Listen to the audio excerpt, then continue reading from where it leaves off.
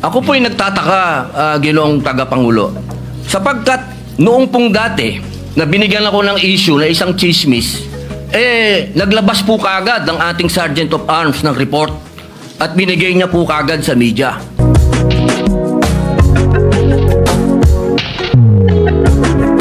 Ang tanong ko po, meron po ba tayong tinititigan sa tinitingnan dito? Kasi napakabigat po ng akusasyon na ito sa harapan po ng ating bandila. Ako po'y magngangat-ngat.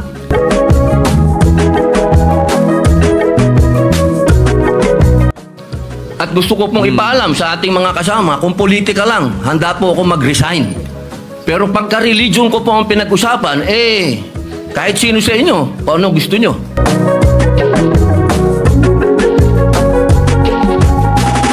Dito po nakasalalay ang aming pananampalataya. Handa po kaming magpakamatay para dito. Sana po wag pong gamitin ito para siraan ako. Dahil sinasabi ko po, mahal na tagapangulo, kung gusto nyo ako mag-resign, ngayon na kung gusto ninyo. Wag nyo akong siraan.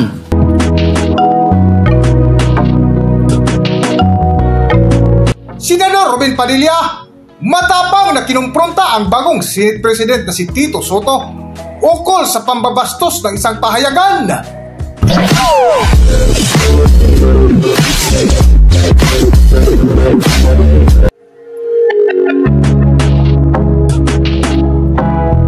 Welcome back to Philippine Celebrity Broadcast.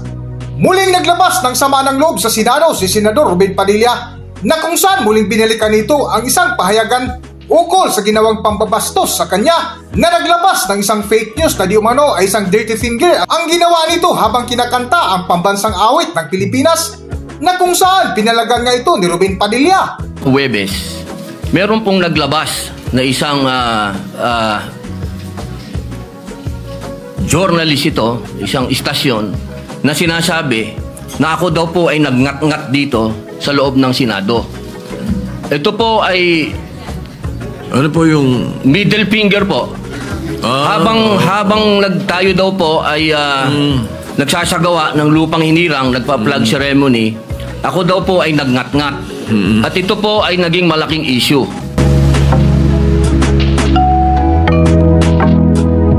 Desisyon nga sa Senado ngayong araw ay hayagang kinumpronta ni Senador Robin Padilla ang pinuno ng Senado na si Tito Sotto na isa sa kanyang katanungan kung bakit walang aksyon ang Sergeant of Arms sa pambabastos ng nasabing pahayagan. Para sa buong kwento, narito ating panoorin at pakinggan ang hinanakit ni Robin Padilla sa Senado. Ako po'y nagtataka, Ginoong Tagapangulo, sapagkat noong pong dati na binigyan ako ng issue na isang chismis, naglabas po kaagad ng ating Sergeant of Arms ng report at binigay niya po kaagad sa media.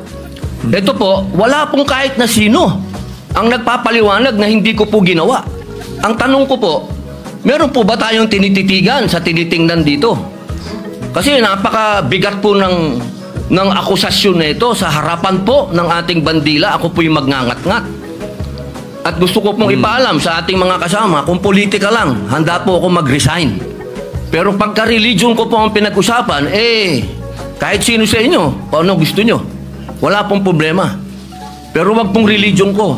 Hinihingi ko po, wag pong religion ko, mahal na tagapangulo. Dahil ito po'y malaking kabastusan sa amin. Ito po, ang sinisip na ko po, ito po'y nag-iisang Diyos. Dito po nakasalalay ang aming pananampalataya. Handa po kaming magpakamatay para dito. Sana po wag pong gamitin ito para siraan ako. Dahil sinasabi ko po, mahal na tagapangulo, kung gusto nyo ako mag-resign, ngayon na kung gusto ninyo. Wag nyo akong siraan. Yun lamang po. Maraming salamat po. Tama po kayo. Pero ngunit ang inyo pong lingkod bilang Pangulo, nung nakita ko po yan, ang sinabi ko sa kanila, tingnan muna nila yung mga litrato sapagkat nagpakita ng ibang litrato na kayo ay ang pintuturo ang nakataas. At may eksplanasyon na ito ay isang religious practice kapag kayo ay nagsasampalataya sa bandila. Baka lang hindi nakarating sa inyo yung explanation na sinabi ko. Kaya ipagpatawad nyo na kung ang Sergeant at Arms so ang mga journalist natin ay hindi nila napansin yan. Ngunit ako mismo nung tinanong nila, sinabi ko na tingnan nila merong mga pinakitang litrato ninyo sa kabilang side na malinaw na hintuturo ang inyong pinapakita. Opo, Kaya patawarin nyo na silang ng mga nagkamali at medyo natakaan pang pananaw. Opo, ang mainam po sana maglabas din po ng formal na investigasyon at formal na pahayag ang Senado patungkol po dito. Kasi Ginoong Pangulo, yung lumabas pong mga meron pang parang dinoktor pa eh. Meron pong malabo yung isang litrato eh. Meron pong nilabas sa apology ang Rappler Opo. sa inyo. Opo. Na ito ay mali ang pagkakasabi nila na kayo ay merong ginawang tawag niyo po ingat-ngat. Opo. Alam niyo po, Ginoong Pangulo. Humingi ng tawad sa inyo. Ayan Opo, pero napakainam po kung manggagaling po sa Senado sapagkat marami naman pong camera dito ang magsasabi na hindi ko po ginawa yan. Hindi ko po magagawa yan. Tama. Napakalaking pambabastos po niyan. Hindi ko po magagawa, Ginoong Pangulo. Ako na mismo bilang bilang Senate President o tagapangulo ninyo, ako na nagsasabi na hindi ninyo ginawa yan. At tama yung mag-apologize sila sapagkat mali ang pinakita nila. Patawarin nyo na sila. Meron pang isa, merong naglabas din ng isang fake news na meron daw kumakanta rito ng Bayang Magiliw na pababoy. Papayagan ba natin mangyari dito yun? Hindi po totoo yun. Hindi nangyayari yun. Nandito kami at wala tayong nakitang nagkumanta ng Bayang Magiliw dito o ng Liw Panghinirang dito na mali. Kaya dapat nag-iingat ang ating mga netizens na ibang napakahusay ng mga netizens natin kung tutuusin eh. Pero may mga ilan nakakasingit talaga ng mga fake news na ganyan. Siguro masyado lang kayong popular kaya kayo pinag-initan. Maraming salamat po, Ginoong Pangulo. Wala po nga naman. Yes, Senator De La Rosa. Before we recognize Senator Bato De La Rosa, if he gives me the chance to help our distinguished colleague, Senator Robin Hood Padilla, kung gusto niya po, siya naman po ang chairman ng Committee on Public Information. We can refer his manifestation to his committee and he can look deeper into it kung okay sa kanya. Opo, kung yun po ang mamarapatin at pinakamaganda, opo. Maraming salamat po, opo, Pinuno Mayor Yang. Alright, so At any least- objections? Yes, kasi Mr. President, he can also invite PRIB because the PRIB of the Senate, pag may mga ganyan, pag lumabas ka agad, pwedeng i-counter ng PRIB.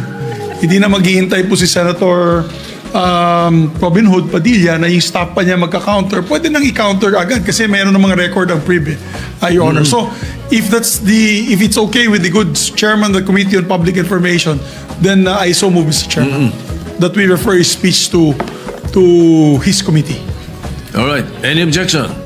Chair hears none. The speech or the manifestation of the senator from Mindanao be referred to the Committee on Public Information and Mass Media. Senator De La Rosa is recognized. Thank you, Mr. President. Mr. President, since nabanggit mo na lang na yung pagpangalaga sa lahat ng miyembro ng Senado ay isang tungkulin ng Senate President. I just would like to bring to the attention of the Senate President.